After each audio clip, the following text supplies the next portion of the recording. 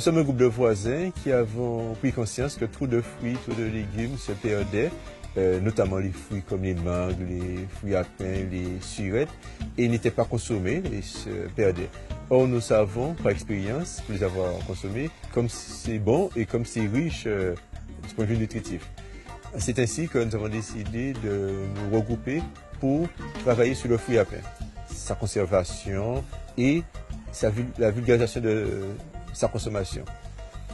Conscient qu'il y avait un problème de conservation, nous avons pensé à faire sécher le fruit à pain d'abord, et ensuite pour offrir un plus grand nombre de plats, de recettes, nous avons pensé à transformer en farine. C'est ainsi qu'est venue l'idée d'apprendre aux gens à faire de la farine de fruit à pain. Nous avons commencé par le bouche à oreille.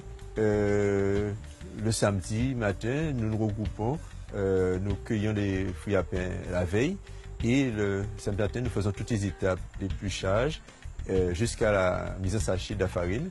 Et donc, sur le samedi en général, maintenant, sur rendez-vous, nous avons une page Facebook qui donne les dates de ces rendez-vous d'atelier. La fabrication de la farine de fruits à pain se décompose en plusieurs étapes simples et qui peuvent être reproduites chez vous. Nous lavons, puis épluchons le fruit à pain, découpons en tranches, puis nous râpons. Alors ça peut être une râpe manuelle, comme pour le concombre ou les carottes. Nous râpons ou alors coupons en fines lamelles pour faire sécher. Nous invitons nos adhérents à faire sécher au soleil, consommation d'énergie, profiter de l'énergie solaire. Mais nous, l'atelier, nous le faisons d'une étuve que nous avons réalisé nous-mêmes. Et après le séchage, nous obtenons le fruit à pain entièrement déshydraté et qui se conserve très bien.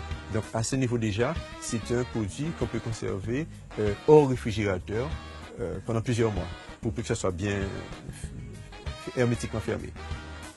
Puis nous passons au concassage, puis au broyage pour obtenir cette poudre, cette farine prête en emploi qui permet toute une série de préparations culinaires, crêpes, gâteaux, crèmes, etc.